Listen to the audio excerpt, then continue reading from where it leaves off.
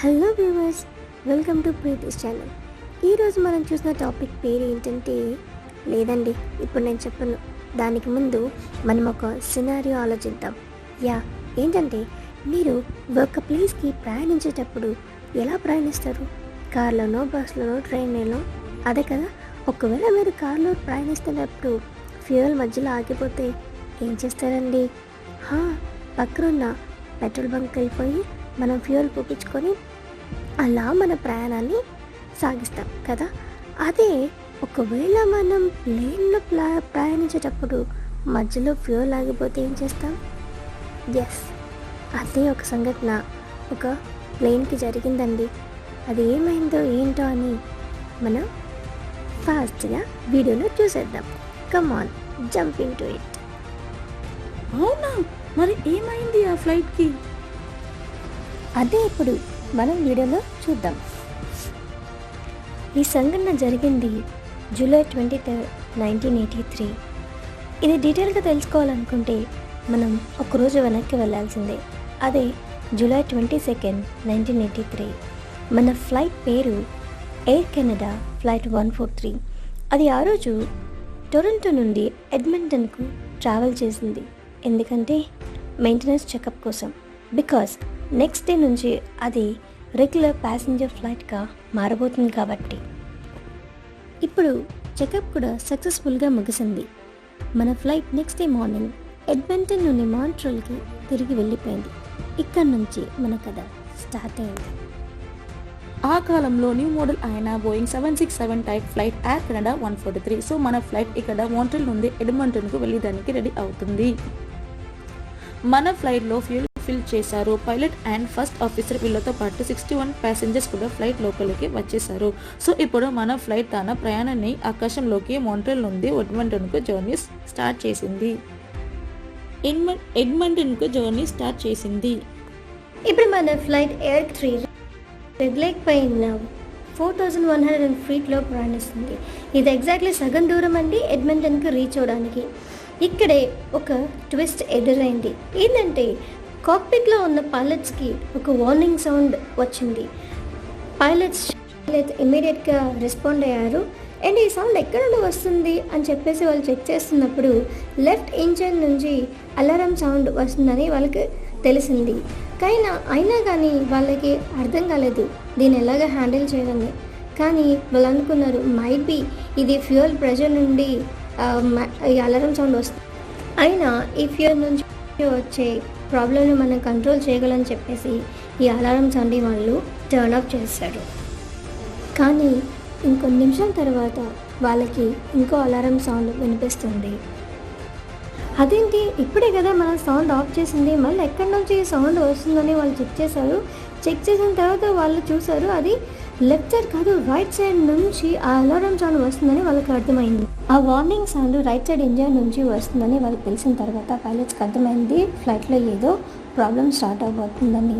ఆ క్లారిటీ వచ్చిన తర్వాత ఫ్యూ సెకండ్స్లో వాళ్ళ మీద ఒక మెరుపు పడిందంటే అదేంటో కాదు, లెఫ్ట్ ఇంజన్ డెడ్ సిగ్నల్. అంటే లెఫ్ట్ ఇంజన్ కంప్లీట్గా డెడ్ అయిపోయిందని వాళ్ళకి తెలిసింది. ఇది చూసిన తర్వాత పైలట్కే కాదండి ఫస్ట్ ఆఫీసర్ కూడా భయంకరమైన కంగారు కలిగింది. సో ఫస్ట్ ఆఫీసర్ అంటున్నాడు పైలట్తో, మనం డెస్టినేషన్ రీచ్ అవ్వగలమా అని, ఎందుకంటే మన దగ్గర ఉంది 1 ఇంజనే. ఇమ్మీడియట్గా పైలట్ ఫస్ట్ ఆఫీసర్తో అంటున్నాడు మనం డెస్టినేషన్ అచీవ్ చేయలేము అని. సో మనం తొందరగా ఫ్లైట్ని ల్యాండ్ చేయడానికి నియరెస్ట్ ఎయిర్పోర్ట్ ఎక్కడ ఉందో చెక్ చేయమన్నాడు. దగ్గరలో ఉన్న ఎయిర్పోర్ట్ చెక్ చేస్తున్న టైంలో కొన్ని నిమిషాల తర్వాత ఇంకో ఒక పెద్ద షాక్ వాళ్ళకి ఎదురైంది. అది వార్నింగ్ సిగ్నల్ కాదు, అది ఒక పెద్ద బ్యాంక్ సిగ్నల్ అని చెప్పాలి. ఎందుకంటే అప్పటి వరకు పైలట్ కానీ ఫస్ట్ ఆఫీసర్ కానీ మరియు క్యాబిన్ మెంబర్స్ ఎవరు ఎలాంటి భయంకరమైన సౌండ్ వినలేదు. సిగ్నల్ ఇప్పుడు ఫ్లైట్లో ఉన్న అందరికీ చాలా భయంగా ఉంది అండి. ఈ టైంలో పైలట్కి ఒక విషయం మైండ్లో స్ట్రైక్ అయింది.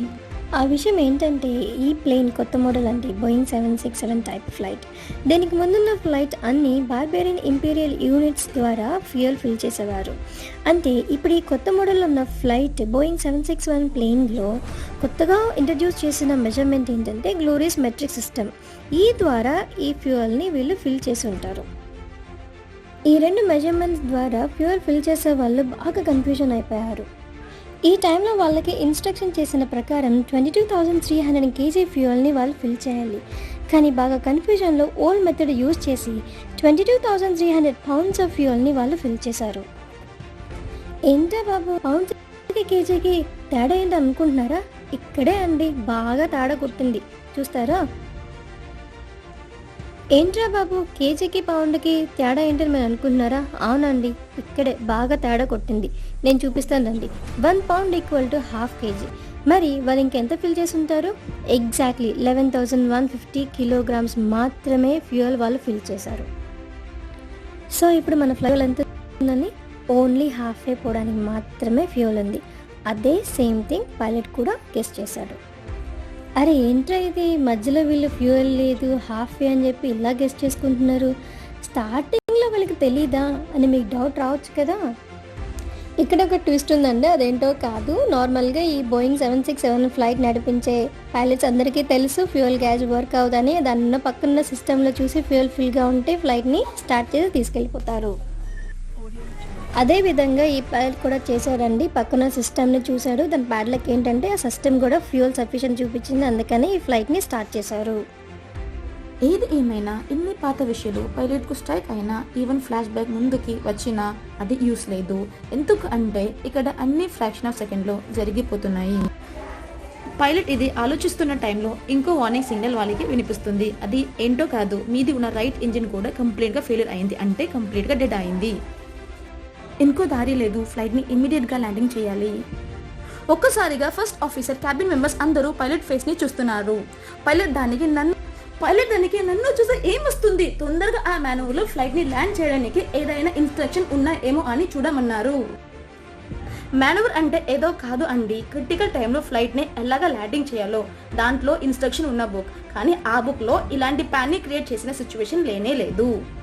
అది ఏంటి అంటే ఇంజిన్ ఫెయిలియర్ అయితే ఎలాగా ల్యాండింగ్ చేయాలో మాన్యువర్లో ఇవ్వలేదు. సో ఇప్పుడు ఇంకేం వేయలేదు, మొత్తం భారం పైలట్ మీదే ఉంది.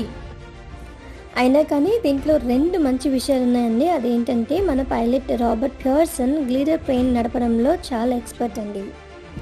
గ్లైడర్ పెన్కి దీనికి సంబంధం ఏంటో నన్ను అడగచ్చండి క్వశ్చన్. కానీ గ్లైడర్ పెన్ ఎప్పుడు మనం ల్యాండింగ్ చేసేటప్పుడు నిలువుగానే ల్యాండింగ్ చేస్తారు. సో ఇప్పుడు అన్ని కంట్రోల్ తప్పిపోయిన ఈ ప్లేన్ కూడా ల్యాండింగ్ అయ్యేటప్పుడు నిలువుగానే ల్యాండింగ్ అవ్వాలి. పైలట్కి దీని మీద ఎక్స్పీరియన్స్ ఉంది కాబట్టి అందరూ పైలట్ మీద హోప్ పెట్టుకొని ఉన్నారు. ఈ గ్లైడర్ ప్లేన్ అనేది చిన్న ప్లేన్ అండి, ఈజీగా ల్యాండింగ్ చేయొచ్చు. కానీ ఇది పెద్ద జిజాంటిక్ ప్యాసింజర్ ప్లేన్, దీన్ని ఎలాగా ల్యాండింగ్ చేయాలనేది పైలట్కి పెద్ద ఛాలెంజ్. దీంట్లో మరో మంచి విషయం ఏంటి అంటే ఈ కొత్త రకమైన బోయింగ్ 767 ఫ్లైట్లో 2 ఇంజిన్లు డెడ్ అయితే ప్లేన్ కింద ఆటోమేటికలీ ఎయిర్ టర్బైన్ పాపప్ అవుతుంది. ఎయిర్ టర్బైన్ యొక్క పని టెంపరీగా జనరేటర్ లాగా యాక్ట్ చేస్తుంది అండ్ ఎలక్ట్రిసిటీని ప్లేన్కి పంపిస్తుంది. ఈ ఎలక్ట్రిసిటీ నుండి సమ్ ఎక్స్టెంట్ ఫ్లైట్ని కంట్రోల్ చేయడానికి వీలుంది. దాట్ మీన్స్ ఎక్కువ యాక్సిలరేట్ అయ్యి మరి కిందకి పోకుండా టు సమ్ ఎక్స్టెంట్ కంట్రోల్ చేసి కిందకి తీసుకెవచ్చు. ఈ 2 విషయాలే వాళ్ళకి పాజిటివ్గా ఉన్నాయి తప్పితే ఇంకా మిగతావి ఏవి వాళ్ళకి పాజిటివ్గా లేవు. దానికి పైన ఫ్లైట్ కూడా కిందకి ఫాస్ట్గా మూవ్ అవుతూ ఉంది. ఈ క్రిటికల్ సిచ్యువేషన్స్ ఆఫీసర్ నుంచి ఒక మంచి విషయం తెలిసింది. అది ఏమంటే వినిపెగ్ ఒక నియరెస్ట్ ఎయిర్పోర్ట్ ఉంది అని కనిపెట్టారు. అయినా కానీ వినిపెగ్కి రీచ్ అవడానికి సాధ్యమా లేదా అని ఒక పెద్ద క్వశ్చన్ మార్క్. ఆ సమయంలో ఫస్ట్ ఆఫీసర్ క్యాల్కులేట్ చేస్తున్నారండి. ఒకటి ఎంత టైంలో ఎంత ఫాస్ట్గా కిందకి వెళ్తుందని, ఇంకొకటి ఏంటి అంటే ఎంత టైంలో ఎంత డిస్టెన్స్ క్రాస్ చేసింది అన్న విషయం. కానీ వీళ్ళ దగ్గర ఉన్న ఇన్స్ట్రుమెంట్ ఎంత ఆల్టిట్యూడ్లో కిందకి పోతుందన్న విషయాన్ని క్యాల్కులేట్ చేయగలిగింది. బట్ ఎంత డిస్టెన్స్లో ట్రావెల్ చేస్తుందన్న క్యాల్కులేషన్ చేయడం కుదరలేదు. వీళ్ళు ఇప్పుడు విన్నిపెగ్ నుంచి రైడర్ సహాయం కోరుతున్నారండి. అక్కడి నుంచి వాళ్ళకి ఇన్ఫర్మేషన్ వచ్చింది. ఈ రెండింటిని కంపేర్ చేసి చూస్తే వాళ్ళకి విన్నిపెగ్ ఎయిర్పోర్ట్ రీచ్ అవ్వడానికి సాధ్యం కదని అర్థమైపోయింది. ఇప్పుడు చేసేది ఏం లేదండి, నెక్స్ట్ స్టెప్ తీసుకోవాలి. అది ఏమీ లేదండి, విన్నిపెగ్ దగ్గరలో ఏదైనా ఎయిర్పోర్ట్ ఉందా అని కనిపెట్టాలి. దానికోసం మళ్ళీ విన్నిపెగ్ని హెల్ప్ అడుగుతున్నారు. అక్కడ నుంచి గిమ్లీలో ఉన్న రాయల్ కెనడియన్ ఎయిర్ స్పేస్ ఉంది అని ఇన్ఫర్మేషన్ చెప్పారు. అక్కడ ఎయిర్పోర్ట్ లాగా రన్వే ఉంటుంది, యాజ్ వెల్ యాజ్ అబాండన్గా ఉంది.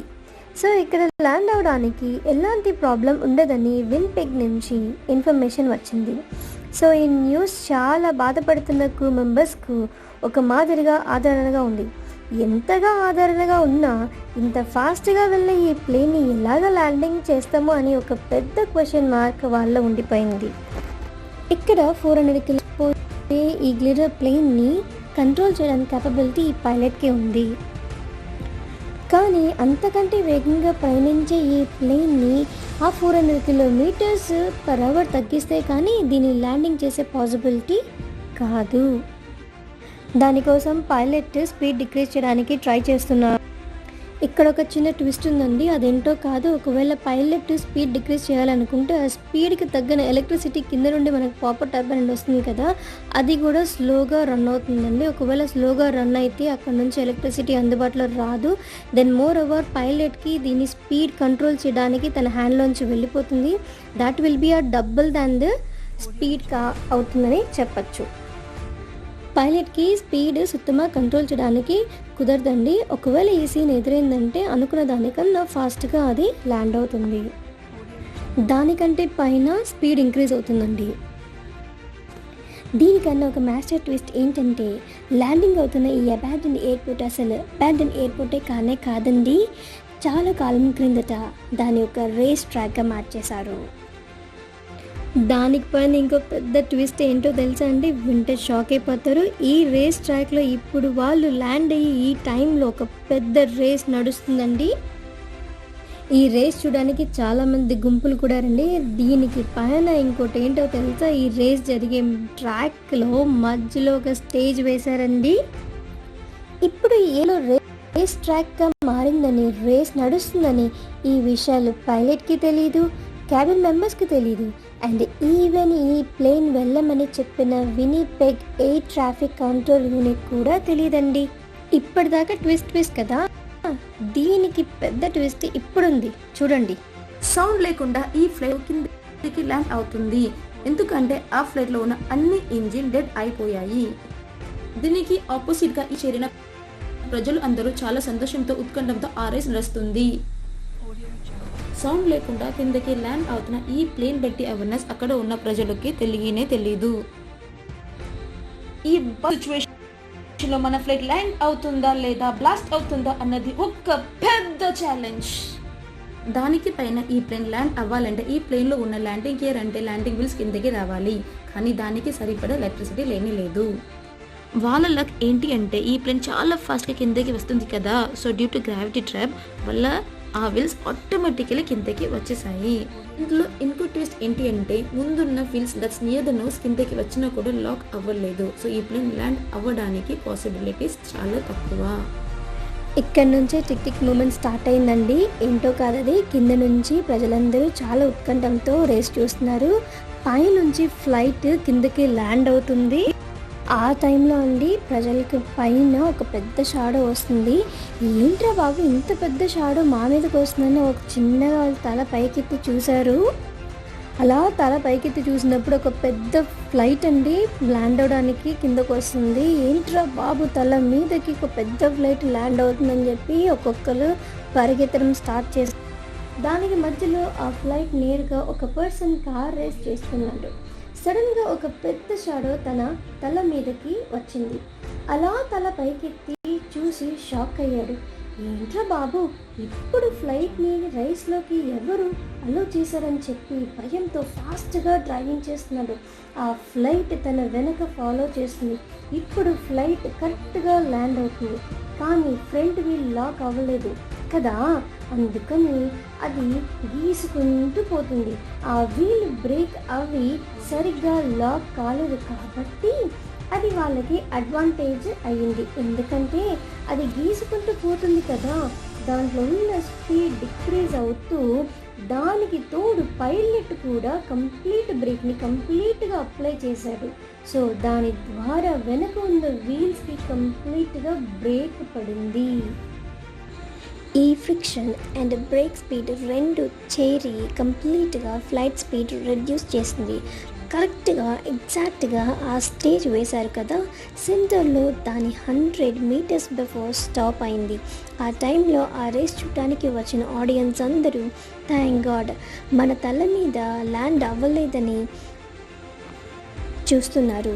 సో 2 ఇంజన్లు ఫెయిల్ అవ్వి వితిన్ 70 మినిట్స్లో ప్లేన్ సక్సెస్ఫుల్గా ల్యాండ్ అయ్యింది. దానికి పైన భయంకరమైన సంతోషం ఏంటంటే ఈవెన్తో ఈ ఫ్లైట్ క్రౌడెడ్ ప్లేస్లో ల్యాండ్ అయినా, ఇలాంటి క్రిటికల్ సిచ్యువేషన్ని ఫేస్ చేసిన లోపల ఉన్న అందరికీ అండ్ బయట ఉన్న ప్రజలకి ఏమీ అవ్వలేదు. వాళ్ళకి neither death not big injuries అవ్వలేదు. ఇదే పెద్ద సంతోషం ఇక్కడ. ఈ సక్సెస్ఫుల్ ల్యాండింగ్ని చేసిన పైలట్స్ని అందరూ చాలా అభిమానించారు. స్టేడియంలో ఉన్న ప్రజలే కాదు, మొత్తం ప్రపంచమే ఈ ఇన్సిడెంట్ని ఆశ్చర్యంగా చూసింది. Even both the pilots were over joy. ఈ టైంలో వీళ్ళు పనిచేసే ఎయిర్లైన్స్ కంపెనీ వాళ్ళని పిలిచారు. సో ఇప్పుడు ఈ పైలట్స్ ఖచ్చితంగా మనకి అవార్డు ఇవ్వడానికి మనల్ని పిలుస్తున్నారు అని చెప్పి టిప్ టాప్ రెడీ అయి వెళ్ళారు. కానీ అక్కడ వాళ్ళకి 2 ఎన్వలప్స్ ఇచ్చారు.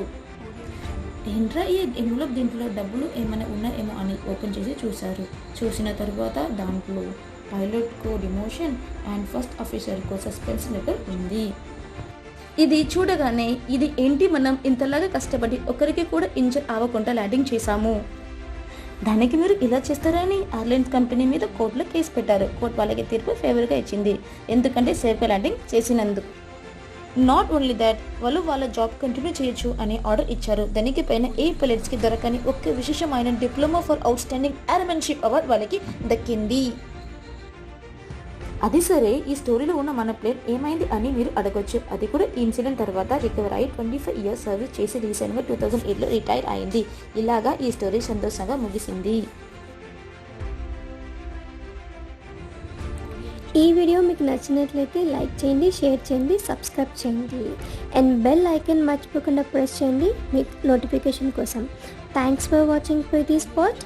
Encourage me to do more videos.